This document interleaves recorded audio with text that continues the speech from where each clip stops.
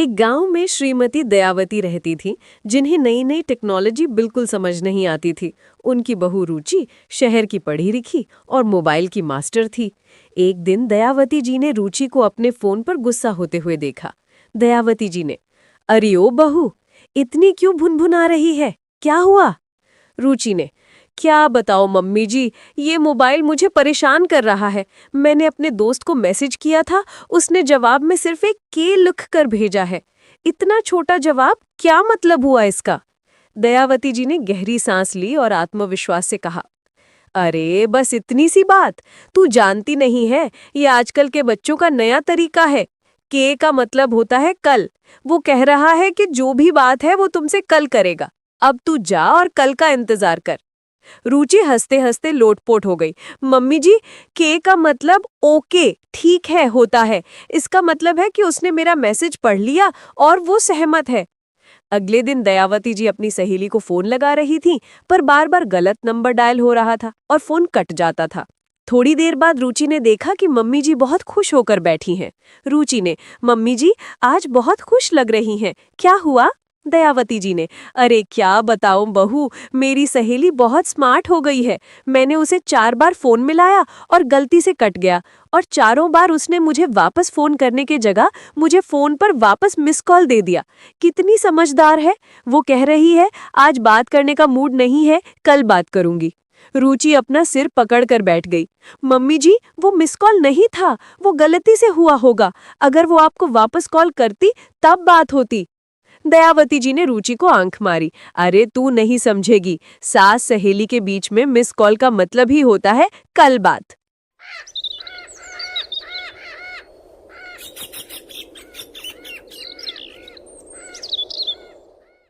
एक शहर में राधा नाम की एक बहू थी और उसकी सास का नाम था शारदा देवी। दोनों का चेहरा, कद-काठी और यहाँ तक कि पहनने का अंदाज भी लगभग एक जैसा था। ये संयोग देखकर लोग अक्सर धोखा खा जाते थे, लेकिन घर में इसका सबसे ज्यादा फायदा शरारती बहू राधा उठाती थी। एक सुबह शारदा देवी यानी सास बाजार जाने की जल्दी में थी। राधा ने जानबूझकर उनके कपड़े पहन लिए और अपनी आवाज बदलकर किचन में काम करने लगी। उनके रोहन ने आंखें बंद करके आवाज लगाई, अरे मम्मी, मेरी चाय आज बहुत कड़वी क्यों है? रोज तो बहू मीठी बनाती है। राधा ने तुरंत सास की नकल में कहा, हाँ रे रोहन, आजकल तेरी बहू मेरे सामने मीठी बनती है और पीछे से कड़वी चाय पिलाती है। आंखें खोलकर देख, मैं तेरी माँ नहीं, तेरी कड़वी बनाने वाली पत्नी हूँ। रोहन हड़बड़ाकर उठे और दोनों को देखकर हंसते हंसते लोटपोट हो गए। एक दिन शारदा देवी की किटी पार्टी थी। उन्हें अचानक एक जरूरी काम से बाहर जाना पड़ा, लेकिन पार्टी कैंसिल नहीं कर सकती थी। उन्होंने राधा से मिन्नत की, राधा प्लीज, आज मेरी जगह तुम किटी पार्टी में चली जाओ। सब मुझे पहचानते हैं, तो चुपचाप मेरी कुर्सी पर बैठना, कुछ बोलना मत। राधा हाँ बोलकर चली गई। किट्टी पार्टी में सब सहेलियां शारदा देवी यानी असल में राधा को देखकर हैरान थी, क्योंकि वो आज बहुत शांत थीं। तभी एक सहेली बोली, शारदा, क्या हुआ, आज तुम इतनी शांत क्यों हो? तुम तो हमेशा सबके खाने का मजाक उड़ाती हो। राधा ने तुरंत शरारत सोची और आंखें मटकाकर बोली, अरे वाह, आज मेरे पति ने मुझे धमकी दी है, अगर किटी पार्टी में किसी खाने पर मजाक उड़ाया तो घर जाकर तुम्हारी खिचड़ी बना दूंगा। सभी सहेलियां हैरान रह गईं कि शारदा देवी को पहली बार उनके पति ने इतना धमकाया है। जब असली शारदा देवी शाम को लौटी और उन्हें ये बात पता चली, तो उन्होंने माथा पीट लिया और अगले दिन किट्टी पार्टी की सहेलियों को सफाई देनी पड़ी कि वो शारदा नहीं, उनकी हमशक्ल बहू राधा थी। ये कहानी दर्शाती है कि कैसे सास बहू के रिश्ते में थोड़ी सी नकल और हास्य कितनी मजेदार परिस्थितियां पैदा कर सकता है।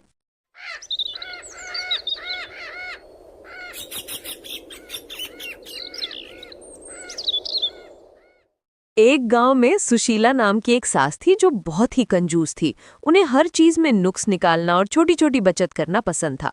उनकी नई बहू नेहा पढ़ी लिखी और समझदार थी। एक बार सुशीला ने नेहा को बाजार से दही लाने भेजा। सुशीला ने नेहा को मिट्टी का एक बड़ा बर्तन देते हुए कहा, सुनो बहू, ये सबसे बड़ा बर्तन है, इसमें इतना दही लाना कि 1 हफ्ते तक चले, और देखो दही गाढ़ा और अच्छा होना चाहिए। पैसे कम से कम खर्च करना। नेहा बाजार गई। उसने देखा कि बड़ा दही का बर्तन लेने पर भी कीमत उतनी ही लग रही थी जितनी छोटे बर्तन में। उसने सोचा कि सासू माँ हमेशा कहती हैं कि कम दाम में ज्यादा फायदा होना चाहिए।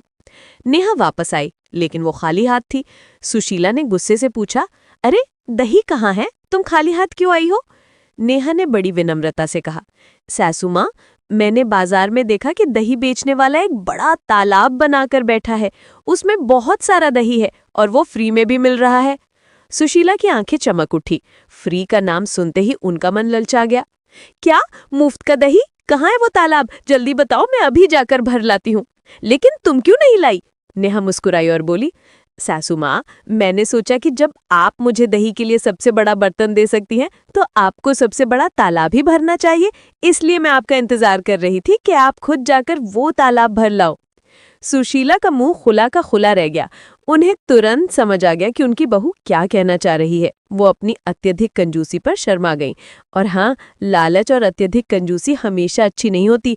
हमें समझदारी से काम लेना चाहिए और वास्तविकता को पहचानना चाहिए।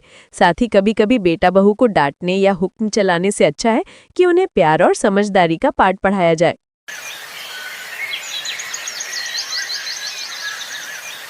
एक जमाने की बात है। सीमा नाम की एक बहू थी जो आधुनिक विचारों की थी और अपनी सासू माँ इंदू जी का बहुत सम्मान करती थी।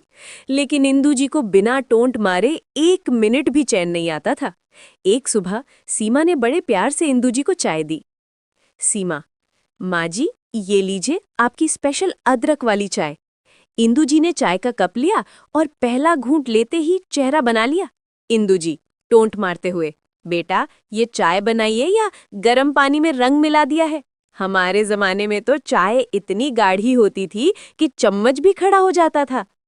सीमा ने भी ठान रखी थी कि आज वो चुप नहीं बैठेगी। सीमा मुस्कुराते हुए, अरे माँ जी, मैंने तो आपका शुगर लेवल ध्यान में रखा है। आजकल शुगर ज्यादा हो जाए तो डॉक्टर कहते हैं इंसान का टोंट कम हो जाता है। मैंने सोचा अगर चाय मीठी हुई तो कहीं आपके टोंट की धार ही न कम हो जाए।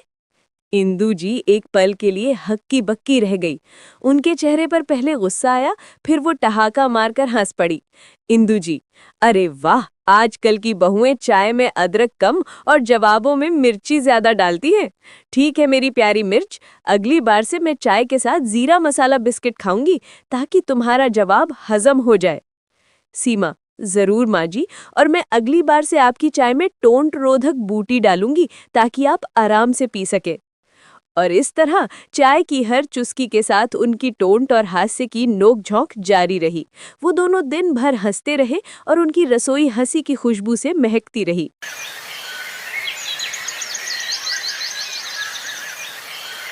एक बड़े और समृद्ध परिवार में 2 बेटे थे। बड़े बेटे की बहू रमा बहुत समझदार और हर काम में निपुण थी। कुछ समय बाद छोटे बेटे की शादी हुई और घर में आई छोटी बहू नैना। नैना दिखने में सुंदर थी, पर घर के कामों में थोड़ी अनाड़ी थी। उसे ना तो जल्दी से रसोई के काम आते थे और ना ही उसे संयुक्त परिवार के नियम पता थे। सास गायत्री देवी हर काम में रमा की तारीफ करती और नैना को अक्सर टोक देती थी। गायत्री देवी, नैना, देखो रमा को, सुबह 5 बजे उठकर पूरा घर निपटा लेती है। तुम तो अलार्म बजने के बाद भी उठूं या ना उठूं वाली मुद्रा में रहती हो। नैना को बुरा लगता, पर वो कुछ नहीं कहती। एक दिन गायत्री देवी ने घर के सारा चाबियों का गुच्छा रमा को सौंप दिया। रमा, आज से ये गुच्छा तुम संभालोगी। मुझे तुम पर पूरा भरोसा है। रमा ने नम्रता से चाबी ले ली। नैना ने ये सब देखा और रात को अपने पति से शिकायत की। क्या मुझे कभी भी सम्मान नहीं मिलेगा? माँ जी ने रमा दीदी को सारी चाबियां दे दी, जबकि मैं भी इस घर की बहू हूं। पति ने समझाया, नैना, चाबी का गुच्छा जिम्मेदारी का प्रतीक है, सम्मान का नहीं।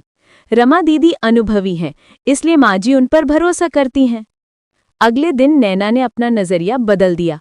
उसने शिकायत करना छोड़कर रमा से रसोई और घर के कामों को सीखना शुरू कर दिया। वो हर काम में रमा का हाथ बटाती और सास ससुर की छोटी छोटी जरूरतों का ध्यान रखती। एक शाम गायत्री देवी की अचानक तबीयत बिगड़ गई। डॉक्टर ने तुरंत दवाई लाने को कहा। रमा उस वक्त बाजार गई हुई थी। घर में सब परेशान थे।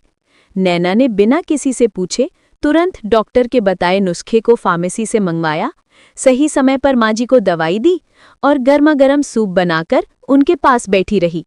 जब रमा लौटी तो उसने देखा कि नैना ने घर और माँ जी दोनों को बखूबी संभाल लिया है। अगले दिन गायत्री देवी ने सबको बुलाया। उन्होंने चाबियों का गुच्छा निकाला। सबने सोचा कि वो शायद नैना को डांटेंगी, पर गायत्री देवी ने चाबी का गुच्छा नैना के हाथ में दिया। गायत्री देवी ने, नैना, चाबी का गुच्छा वो संभालता है जिस पर सबसे ज्यादा भरोसा होता है। तुम भले ही काम में थोड़ी कच्ची हो, पर जब बात जिम्मेदारी और प्यार की आई तो तुम सोने की तरह खरी निकली। ये गुच्छा सिर्फ अलमारी की चाबियां नहीं है, ये मेरे विश्वास का प्रतीक है। सबकी आंखें भर आई। नैना को समझ आया कि असली सम्मान चाबी के गुच्छे से नहीं, बल्कि दिल में जगह बनाने से मिलता है।